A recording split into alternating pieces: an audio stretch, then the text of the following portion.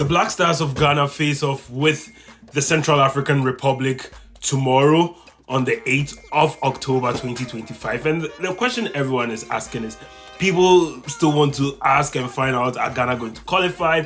What are the permutations available for Ghana to qualify? What do Ghanaians have to do, or the Black Stars have to do to ensure qualification?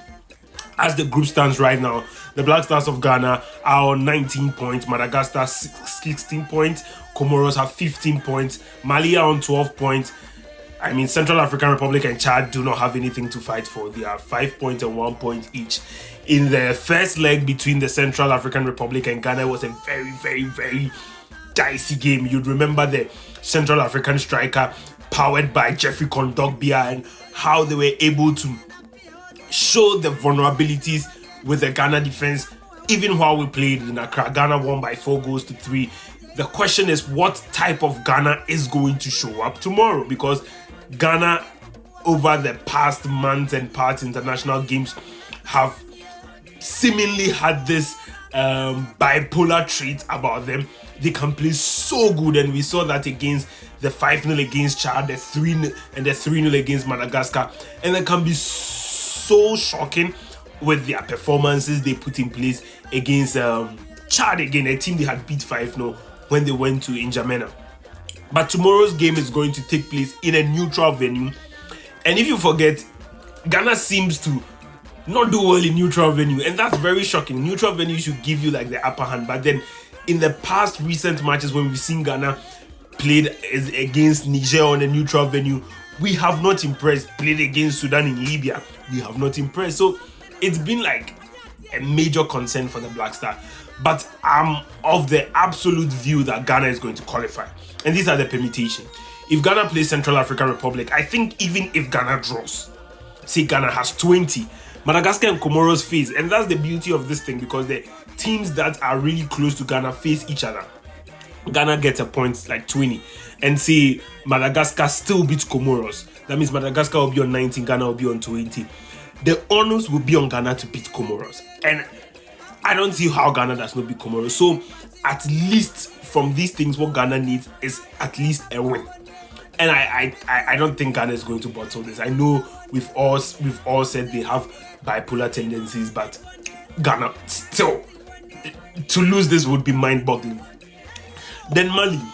I think Mali will finish second in this group. Strangely, yeah, I think Mali would finish second in this group, because if you check Mali's fixtures, Mali actually plays Madagascar and Chad. So Mali would sort of have their life in their hands. I don't see a world in which Madagascar beats Mali. I don't see a world in which that happens. And that's why I'm so glad Ghana has been able to cross the Mali hurdle, because that was the most difficult group Ghana had in the group stages. And Ghana has been able to move past that.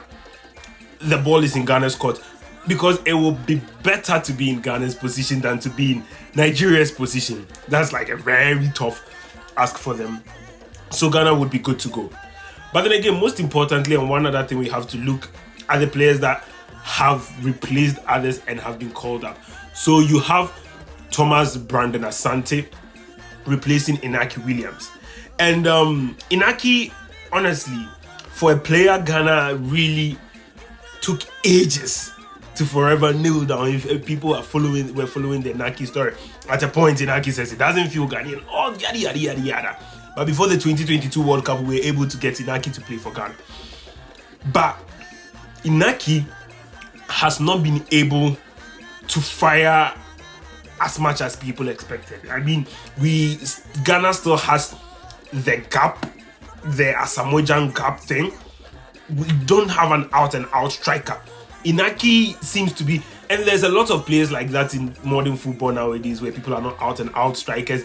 They are more of a mixture of a 10, a 9, a hard-working striker, the Bobby Firmino defensive type of strikers. We've not really seen it.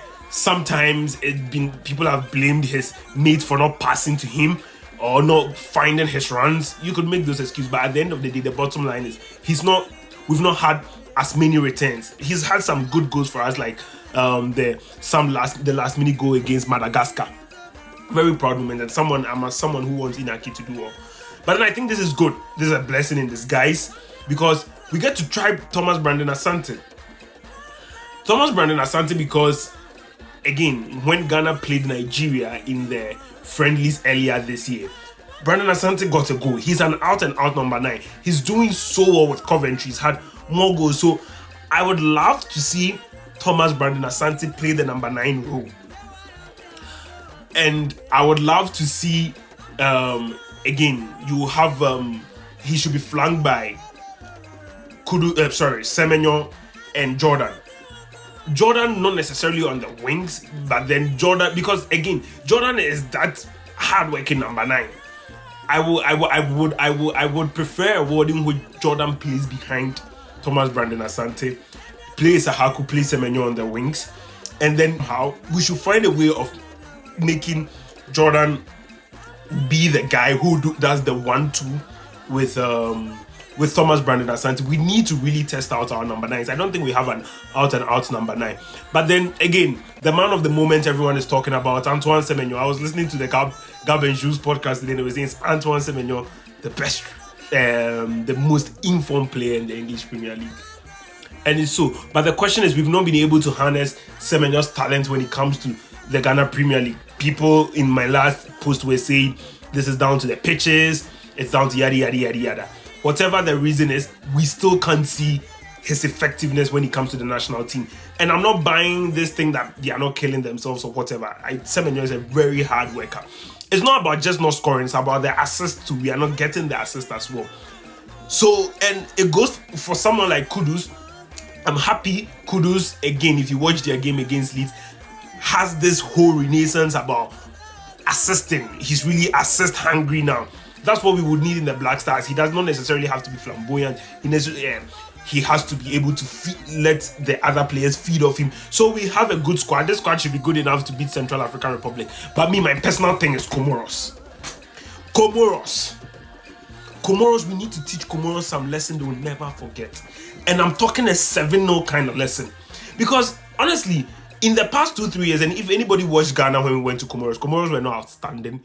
Semenyo again missed some brilliant opportunities in that game. Comoros of late think that their mate is Ghana. They throw Ghana, and they've had the best of us in 2 of our previous games.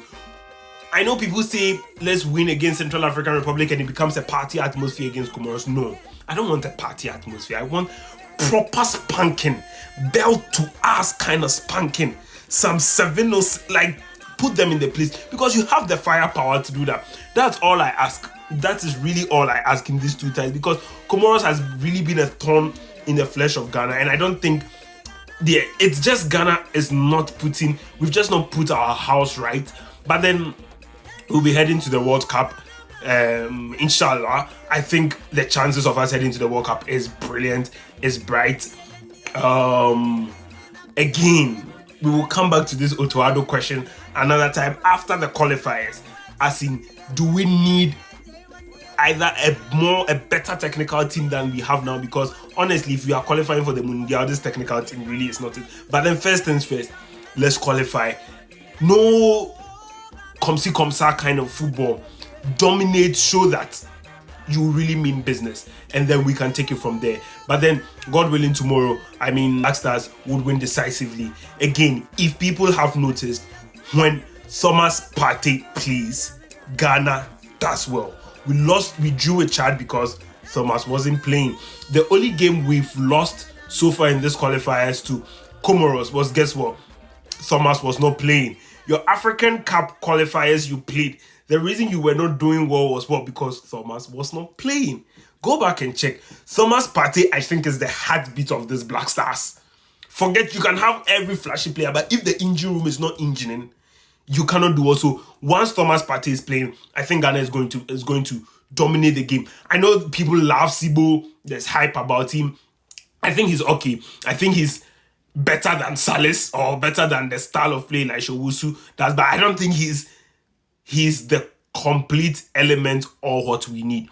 But it's still, I would honestly, my preferred choice has always been Sulemana and Partey, but Sulemana was injured in the last in the last game we played. So all things being equal, God willing, tomorrow Ghana faces the Central African Republic and then takes on Comoros in the next game.